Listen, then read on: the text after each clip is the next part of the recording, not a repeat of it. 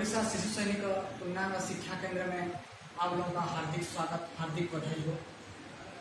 आज हम 10वीं क्लास के हिंदी के अनमोल वाणी पद्य या दोहा को पढ़ेंगे, जो कि जिनका जो लेखक या कवि हैं कबीरदास जी संत। तो उसी पद्य को या दोहा को पढ़ने से पहले बच्चों हम उन कबीर के बारे में जानना जरूरी है, क्योंकि जो कविता जो लिखा है उसी को बिना जाने हम कविता पढ़ नहीं सकते, क्योंकि कविता का भाव रंग जो दूसरा ही है। तो हम आज सबसे पहले के जानेंगे उस अनमोल वाणी दोहे के रचयिता या कवि क्या थे, कैसे हैं, माता पिता कौन थे, उनका सर्वप्रथम परिचय हम जानेंगे। तो देखिए, कवि परिचय है। कवि जी हैं संत कबीरदास जी, जो एक तपस्वी थे, संत थे। उसके बाद उनका जन्म हुआ था 1398 में, 1398।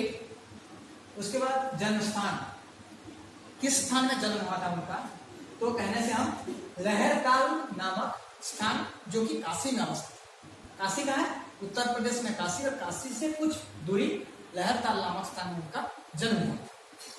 मृत्यु 1518, कहाँ पे? मगहर, उत्तर प्रदेश।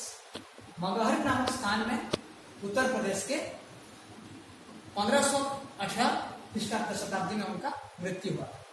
माता थे नीमा और पिता नीरू थे। पत्नी लोई, पुत्र कमाल और पुत्री कमानी। ये उनका संपूर्ण परिवार का परिचय। तो आगे वो व्यक्ति कैसे थे, पुस्तक को जाके मैं आपको बताऊंगा किस प्रकार का व्यक्ति थे, समाज में उनका किस प्रकार का धारणा था, कैसे वो मनुष्यों को किस प्रकार की शिक्षा देते थे, आगे मैं पुस्तक से आपको बताऊंगा।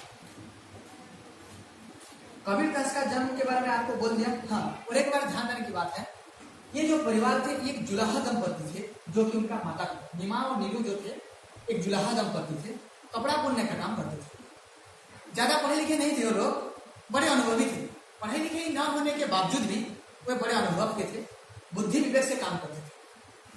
वे सभी धर्मों को बराबर मानते थे। कबीर जी, संत कबीर जी जो है, सभी धर्मों को, क्रिश्चियन हो, मुसलमान हो, हिंदू हो, सिख हो, ईसाई हो, जो कोई सा भी धर्म हो, वो सबको बराबर ही मानते थे। ईश्वर के निर्गुण निराकार रूप को मानते थे। और ईश्वर को क्या मानते थे? वो कैसे है? निराकार, जिसका कोई आकार न हो, जिसका कोई गुण न हो, निर्गुण निराकार के रूप में उनको मानते थे वो ईश्वर। उस समय धर्म और समाज में बड़ी बराबरी थी, गड़बड़ी थी। धर्म और समाज, जब कबीर जी का समय में धर्म और समाज को लेकर बहुत गड़बड़ी थी। धर्म परस्पर धर्मों के बीच कलह होता था, उसका समाज में कलह होता था, इस प्रकार का बहुत गड़बड़ी दिखाई देती थी। उसके बाद कबीर ने अपने वाणी से उसे दूर करने का प्रयास किया। ये इस प्रकार के दोहा लिखकर कबीर जी ने क्या किया, उसी सारी गड़बड़ी को दूर करने का बहुत प्रयास किया। उसके बाद देखिए, लोगों में जाति पाति, जानते होंगे आप लोग भी, जाति पाति, जो कि अभी भी जात पात जो चलता है, ऊंचे नीचे का भेदभाव अभी भी है। विभिन्न धर्मों के अनुयायी आपस में झगड़ते थे।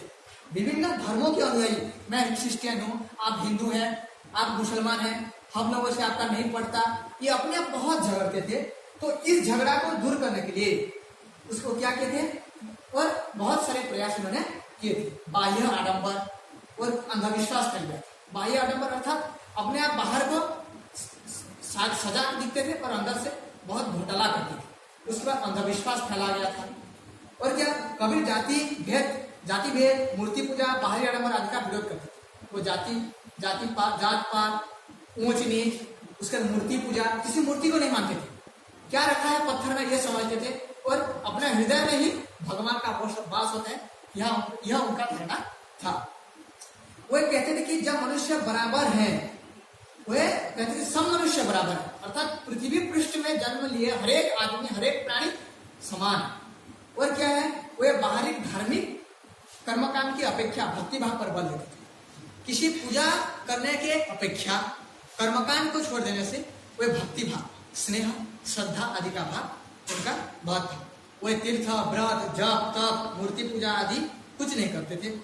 तीर्थ व्रत जप तप मूर्ति पूजा आदि बाहर काम छोड़ सच्चे दिल से भगवान भक्ति करने को कहते थे।